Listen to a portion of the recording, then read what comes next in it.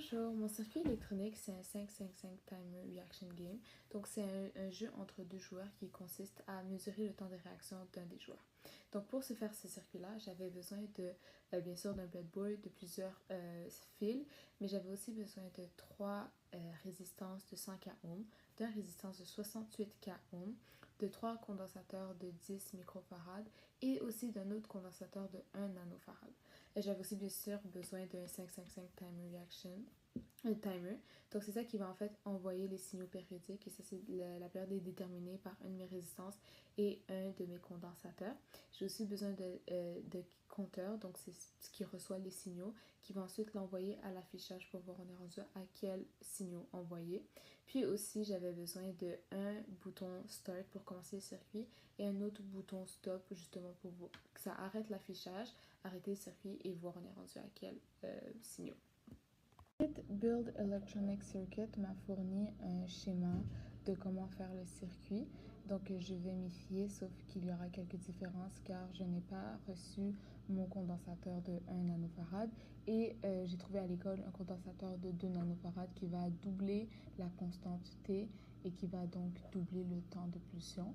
Puis aussi mes boutons start et stop sont différents puisqu'ils ont des 2 pins au lieu de 4.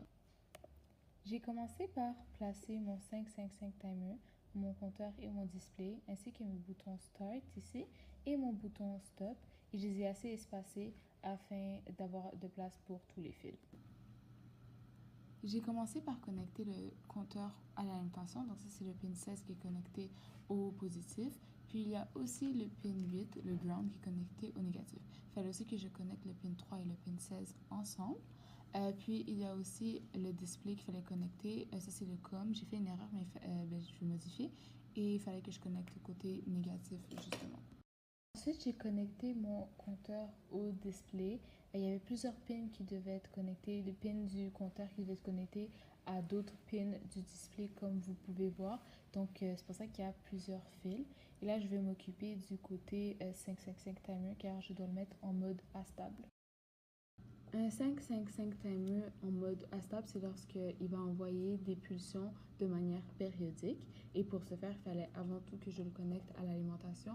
Donc le pin 1, je le connectais au côté négatif et le pin 8, je connectais au positif. Il fallait aussi que je connecte le pin 2 au pin 6. Donc voici le résultat final avec l'ajout de toutes les résistances et aussi l'ajout des condensateurs, dont le condensateur que j'ai dû remplacer.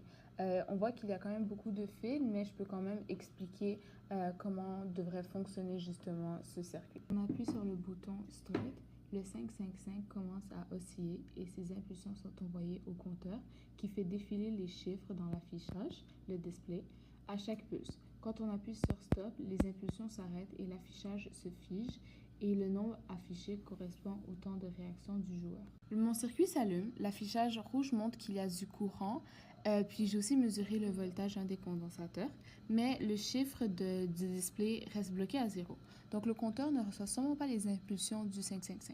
Avec tous les fils et la modification des boutons Start et Stop de 2 pins au lieu de 4 pins, je pense que j'ai fait une erreur de câblage et que le signal ne se rend tout simplement pas.